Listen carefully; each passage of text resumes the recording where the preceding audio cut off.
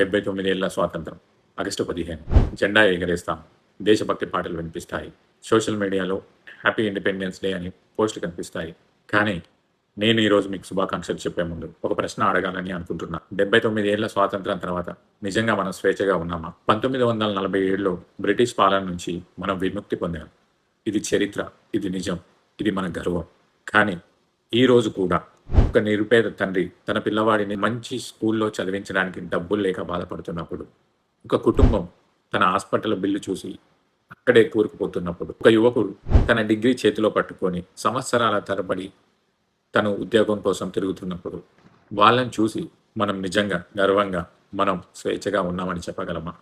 Doctor BR Ambedkar గారు ఒక మాట చెప్పారు. రాజకీయ స్వేచ్ఛ మాత్రమే కాదు, సామాజిక సమానత్వం ఉండాలి, ఆర్థిక న్యాయం కావాలి, ప్రతి మనిషికి గౌరవం దక్కాలి, లేకపోతే ప్రజాస్వామ్యం అనేది కాగితం మీద మాత్రమే మిగిలిపోతుంది అని. కానీ ఈ రోజు కూడా కులం పేరుతో మనుషులు విడిపోతున్నారు, మతం పేరుతో ద్వేషాలు పెంచుకుంటున్నారు, ప్రాంతం పేరుతో గోడలు కట్టేసుకుంటున్నారు. మనం చంద్రుడిపై అడుగులు వేస్తున్నాం, కానీ ఇంకా మనిషిని మనిషిగా చూడలేకపోతున్నాం. కానీ దేశాన్ని ప్రేమించడం అంటే కేవలం జెండాకు సైల్యూట్ చేయడమే కాదు, దేశంలోని సమస్యలను కూడా చూడాలి.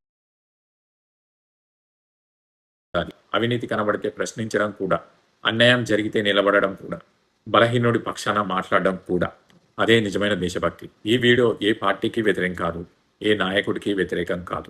ఈ వీడియో మనందరి గురించి. ఎందుకంటే భారతదేశం అంటే కేవలం పార్లమెంట్ కాదు, భారతదేశం అంటే కేవలం నాయకులు కాదు, భారతదేశం అంటే మన బాధ్యత, మన ఆలోచన, మన ధైర్యం, మన భవిష్యత్తు. ఈ రోజు ఇండిపెండెన్స్ డే సందర్భంగా మనల్ని మనం ఒకసారి ప్రశ్నించుకుందాం.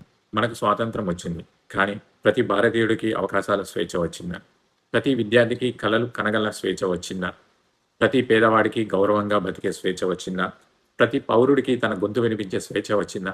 ఎందుకంటే స్వాతంత్ర్యం అంటే కేవలం విదేశీ పాలకులు వెళ్ళిపోవడం కాదు. ఎందుకంటే భయం నుండి స్వేచ్ఛ, ఆర్థికంగా స్వేచ్ఛ, పేదరికం నుండి స్వేచ్ఛ, అజ్ఞానం నుండి స్వేచ్ఛ, అసమానతల నుండి స్వేచ్ఛ. అవి ఉన్నప్పుడే మనకు నిజమైన స్వాతంత్రం. ఆ రోజు వచ్చినప్పుడు ప్రతి భారతీయుడు గర్వంగా చెప్తాడు, అవును, ఇప్పుడు మనం నిజంగా స్వేచ్ఛగా ఉన్నామని. బట్ ఎనీవే, మీకు ఇండిపెండెన్స్ డే శుభాకాంక్షలు. మీరేమనుకుంటున్నారు? 79 ఏళ్ల స్వాతంత్రం తర్వాత కూడా ఇంకా భారతదేశం ఏ విషయంలో స్వాతంత్రం కోరుకుంటుంది, ఏ విషయంలో స్వేచ్ఛ కోరుకుంటుంది అని కామెంట్ బాక్స్లో చెప్పండి. జై హింద్, వందే మాతరం.